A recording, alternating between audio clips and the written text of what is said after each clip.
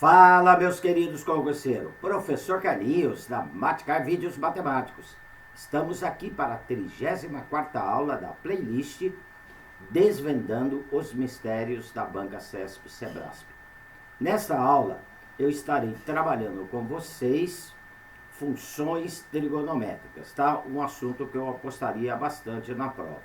Eu chamo essa aula de funções trigonométricas, parte 2, porque eu já fiz anteriormente aí na nossa playlist uma aula sobre funções trigonométricas, que foi a aula 15. Beleza? Então, como dizia minha querida mamãe, chegou a hora da onça beber água. Vem comigo! Bem, galera, vamos lá, nossa aula 34, funções trigonométricas, parte 2, né? Aqui eu estou falando funções trigonométricas, parte 2, porque na aula 15 dessa playlist eu trabalhei funções trigonométricas aí com vocês, tudo bem? É uma questão de 2024. Se o som produzido por um helicóptero tiver frequência de 40 Hz, então a onda sonora correspondente pode ser modelada pela função S de t igual a S0, que multiplica seno de 80π vezes t, em que S0 é a amplitude da onda, tá? Então o número que vem multiplicando o seno é a amplitude da onda, e t é o tempo em segundos. Então está dizendo que a frequência dessa onda é 40 Hz. Gente, o que é frequência, tá? Então eu coloquei aqui em vermelho para vocês, olha. É o número de vezes que este comprimento de onda se repete no intervalo de 1 segundo. Então, nós sabemos o seguinte, que a função seno, né, ela é uma função periódica, ou seja, a cada determinado intervalo, ela se repete o mesmo formato de onda, tá? Então, a frequência quer dizer, no intervalo de 1 segundo, quantas vezes este comprimento de onda aqui, né, se repetiu, tá? Então, isso que quer dizer frequência de uma onda. Bem, para calcular a frequência da onda, tanto da função seno como da função cosseno, a frequência é dada por F igual a 1 sobre P, aonde o P é o período. P é o período da nossa função, tudo bem? E como que eu calculo o período da função seno ou da função cosseno? O período ele é dado por 2π sobre módulo de C. Esse C é uma constante que está lá na nossa função.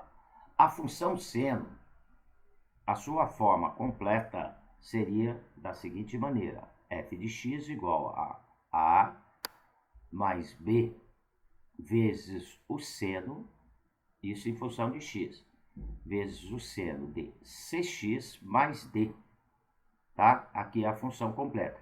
Este termo A, ele indica para a gente o eixo central da nossa curva. Eu estou traçando ele aqui em verde na curva, seria o eixo central da curva. O B, esse termo B, ele indica a amplitude, né? Seria essa setinha que eu estou marcando aqui para vocês, tá? Ponto máximo, ponto mínimo aqui, essa amplitude. O termo C, ele está relacionado com o período aí.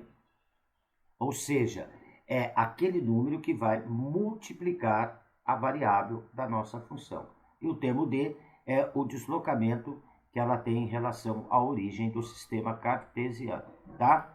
Bem, a nossa função dada, então, seria S de t, vamos comparar com a de cima, igual a S0, que multiplica o seno de 80π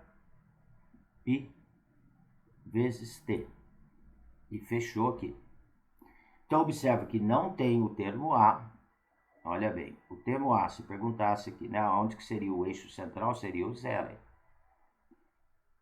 O termo B, que vai representar a amplitude, seria o S0. E o termo C é o termo que acompanha a variável na função. Este é o C. No caso nosso aqui, o C seria o 80π. Tá? 80π. Termo D não tem, mais 0. Ok? Então, nós vamos calcular primeiramente o período, depois verificar a frequência. O período é 2π sobre módulo de C. O módulo de C, então, seria módulo de 80π. Módulo de 80π é 80π, né? O módulo deixa o valor positivo. Então, vai dar 2π sobre 80π. Simplifico o π com π, o 2 com 80 vai me dar 1 sobre 40. A frequência é o inverso do período. Então, a frequência ela é 1 dividido por π. Então, 1 sobre 40. Na divisão de frações, mantenho a do numerador, multiplico pelo inverso do denominador. 40 sobre 1. Multiplicando pelo inverso do denominador, tá? Na multiplicação de frações, multiplico numerador com numerador, denominador com denominador. Então, a frequência deu os 40 Hz, que é o que está dizendo aqui, ó. Né? Se a frequência for 40 Hz, pode ser modelado por essa função aqui, ó, sim. Tá? Então, isso seria certo. Esse item, eu julgaria ele como certo. Ok, galera? Então, mais uma vez, ó, o número, frequência seria o número de vezes que este comprimento de onda aqui se repete em 1 segundo. Tá? Né? Então, ele se repete 40 vezes em 1 segundo. Tudo bem? Vamos lá, então, para a questão 2.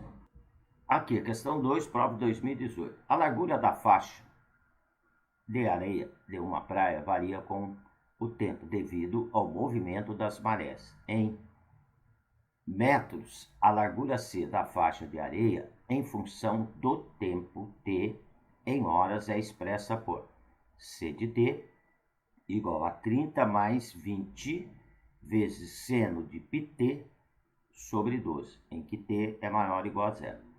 Nessa situação, o período de C e a largura máxima da faixa de areia são respectivamente iguais.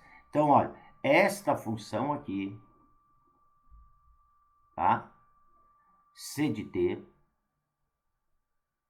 igual a 30 mais 20 vezes o seno de πt, π vezes t, sobre 12, nos dá, nela, a largura da faixa de areia num determinado tempo, em horas. Correto? Então, o exercício está pedindo o período dessa função, tá? Então, ó, relembrando, é período de função seno. Eu preciso do termo C da função, ó. Vamos comparar com a função completa? A função completa seria A mais B vezes o seno de. Isso seria uma função, se fosse em função de x, aqui é em função de t. Seno de cx mais d. Então, para o período, galera, o que me interessa é o termo c da função. É ele. Ou seja, aquele número que multiplica a variável. No caso aqui, é o π sobre 12. Esse é o termo C. É dele que eu preciso para calcular o período. O período, de acordo com que nós vimos no exercício 1, o período é sobre 12, né? Deixa eu arrumar aqui, não é sobre 2. Gente, estou arrumando, tá? É sobre 12. πt sobre 12. Então, o termo C é π sobre 12. Opa, vamos arrumar aqui, π sobre 12. Então, para o cálculo do período, é 2π sobre o módulo de C, ou seja, o módulo de π sobre 2. Módulo de π sobre 2 é π sobre 2, é π sobre 12. Opa! π sobre 12. Então, aqui vai dar 2π dividido por π sobre 12. Na divisão de frações, eu mantenho a do numerador e multiplico pelo inverso do denominador. Tá? Então, 12 sobre π. Simplifico. Π com π, 2 vezes 12, 24. Tá? Então, período que se repete aquela mesma largura a cada 24 horas. Nisso eu já descarto as alternativas C, D e E. Tá? Agora vamos ver a largura máxima da areia. Olha, lembra-se o seguinte. O seno, tanto para seno como para cosseno, tá? Ele sempre vai variar de -1 a 1. Ou seja, vai ter que ser sempre um valor maior ou igual a -1 e menor ou igual a 1. Tá? Então, sempre vai variar dentro desse intervalo, o valor de seno e cosseno. Agora, eu tenho que ficar esperto no seguinte. Como eu quero o valor máximo, tá? O que eu vou fazer? Para o seno, aqui na função dada, olha, eu tenho ela aqui, ó, C de t igual a 30 mais 20 vezes o seno de π vezes t sobre 12, tá? Então, preste atenção agora aqui, gente, tá? Fique bem atento. Como aqui eu estou somando 30 mais 20 vezes, como é uma soma, eu atribuo aqui para o seno, para o valor do seno, o máximo que ele vai poder atingir para ter o valor máximo. Então, o máximo que eu tenho para um seno é o 1, tá? Bem, se aqui não fosse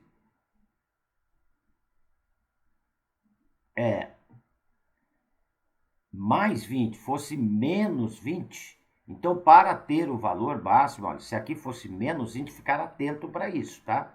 Se fosse menos 20, eu atribuiria para o seno o -1, aí eu obteria o valor máximo. Então eu tenho que ficar atento para isso. Mas como é uma soma, então eu atribuo o maior valor para o seno, tá? Então o maior valor que o seno pode atingir é o 1.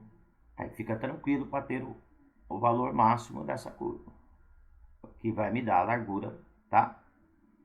Máxima da areia. Então, vai dar 30 mais 20 vezes 1. 20 vezes 1 dá 20. Primeiro eu multiplico para depois somar. Somado com 30 dá 50, tá? Então, 50 metros é a largura máxima de areia, 50 metros. O período que isso ocorre a cada 24 horas, resposta alternativa A de Amora, tá? Então, era um exercício simplesmente envolvendo o valor máximo, né, da função seno, da senoide, e o período de uma senoide. Tudo bem? E relembrando mais uma vez, ali eu tenho 30 mais 20 vezes seno. Como eu queria o valor máximo, eu atribuí para o seno todo o valor 1. Se eu quisesse o valor mínimo, eu ia atribuir -1. Agora, se fosse 30 menos 20, então, para ter o máximo, eu teria que atribuir o -1. E para ter o mínimo, eu atribuiria o +1, tá? Então, só ficar atento para isso daí. Tudo bem? Vamos lá, questão 3. Bem, prova 2017 aqui, a questão 3, tá? O que está dizendo?